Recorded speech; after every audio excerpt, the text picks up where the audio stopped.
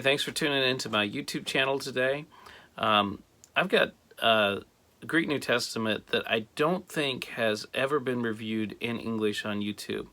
And that's sort of a shame because it's a special edition, and it's something that, some people are going to want to add to their library. And I want you to stick with me to the end of this video because I'm going to share something with you about the Nestle Aland text, the 28th edition, that a lot of people I don't think know. And if you'll stick with me to the end of this video, I'm going to show you why having a Greek New Testament like the one I'm about to show you might be an advantage for you. Okay, so the first thing I want to talk about is paper quality. You are going to be hard-pressed to find a Greek New Testament that has better paper than what this has. It is nice, thick paper. There is hardly any ghosting at all that goes on with that. And so the paper quality is phenomenal. Okay, secondly, let's talk about the font size. The font size is probably one of the largest I have ever seen in a Greek New Testament. You're talking about, like, I don't know if that's an 11 or 12 point font, but I mean, it is a very nice large size font. I'll compare it to another one in the Byzantine tradition. This is one I've reviewed previously. I'll try to put a link up there. The Byzantine text here is the one by Robinson and Pierpoint, put out by Anchor Cross. And this one that's been done by Wilbur Pickering, it definitely has a larger font there. So the font size is great. Now we come to what I consider to be one of the book's shortcomings in terms of just its physical qualities, and that is the binding. This is just a glued binding. It's what's called perfect binding, and it's just basically where they take the spine and just apply glue to the back of it. That means that, how it's going to hold up over the long term is kind of questionable. Yeah, that's about all we can say about that. Unfortunately, the binding is not the best. You can see it's just a paperback. As far as I know, he hasn't done any kind of leather edition of this. The only way you can buy this is either you can purchase it either through Amazon on a Kindle version. You can get an electronic version of this, or you have to buy it in this paperback. So that would be one of the limitations. So the fourth characteristic I want to talk about is its size. And this is another drawback of this particular edition. It's massive. In terms of, Greek New Testaments, as far as they go, this is a large edition. I've put against it a Tyndale Greek New Testament so you can see for comparison. But, I mean, this is just a very large Greek New Testament. It is, let's see here, almost 7 inches wide. For comparison, the Tyndale Greek New Testament is about 5.5, and the height on it is almost 10 inches there, compared to the Tyndale's 8 inches, and then it's just very, very thick. So as far as portability, not there. But stick with me now because I want to show you a feature on this that might encourage you to add this to your library. So one of the things he does in the Textual Apparatus, and that's what makes this volume very nice, is that he has made comparison between 6 published editions in the apparatus.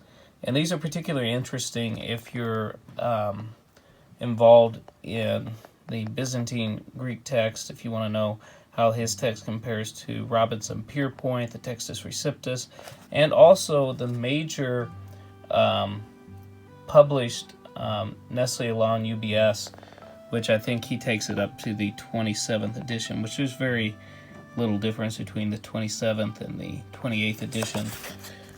So the textual apparatus here is very nice, and he even provides an estimate about how many, what's the percent of manuscripts that actually have this reading. So you look at the number 2 there with the Chi. He says it's supported by Family 35, and then he gives manuscripts that support it, and then he lists that 99.8% of manuscripts attest to that. He also includes in this apparatus actual manuscript evidence. I think he takes it down to about the 5th century of the major manuscripts, which you can see here in this particular reading. He lists Sinaiticus and Vaticanus in support, and those 2 manuscripts represent a very small minority of manuscripts, and he does this for every reading. You can see that he provides a percentage of support, and so he's done a lot of work to try to quantify and provide a pretty accurate estimate of what the percentage of manuscripts support any given reading. So that is, like I said, the apparatus on this edition is what makes it really valuable. If you want to know if a particular reading in the Textus Receptus is supported by the majority of manuscripts, which it usually is, but not always, you can find that here, and you can see how it stacks up against major manuscripts like Sinaiticus and Vaticanus. So, like I said, the apparatus is one of the major features of this. Now, let me share with you something about the Nestle Aland 28th edition that you might not know. So, one of the things that some people don't know, and I would guess most people probably don't know about the Nestle Aland text, is that it does not include all the textual variants. Okay, well that's okay. I mean, there's a lot of textual variants that are probably just represented by 1 or 2 manuscripts and just represent, a scribe making a mistake. But did you know that the Nestle Aland does not include some variants that are represented by the vast majority of manuscripts? And what I'm talking about here is not just in its main text. If you know anything about the Greek New Testament, you probably know that the main text of Nestle Aland represents it tries to represent more of the manuscripts which have traditionally been labeled Alexandrian, which tend to be earlier than the Byzantine text.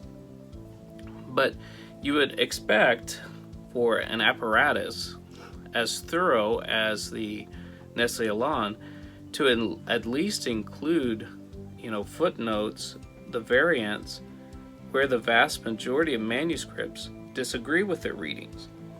This is something that the Nestle Aland does not consistently do. It sometimes does not list particular readings in its apparatus which have as much as 80% support. And I'm going to list an example of this for you in Matthew 3:11. And one of the people that brought this to my attention, and actually I'd sent an email to, I'm going to link to his blog. He actually has a list of some of these that appear in the Gospels. But just look at Matthew 3:11. And I want to call to your attention there in the last bit of Matthew 3:11. My translation of that last bit would be, He will baptize you in the Holy Spirit. Now, regardless of whether you think this next bit, Kai Puri, and fire, is meant to be original or not, I'm the kind of person that if the vast majority of manuscripts do not have Kai Puri, I want to know that. He shall baptize you with the Spirit, the Holy Spirit, and fire. As I said, if that's not in the vast majority of manuscripts, we want to know that. Or not if that's original or not, I want to know that that variant's there. If you're using a Nestle Aland text, you won't know that.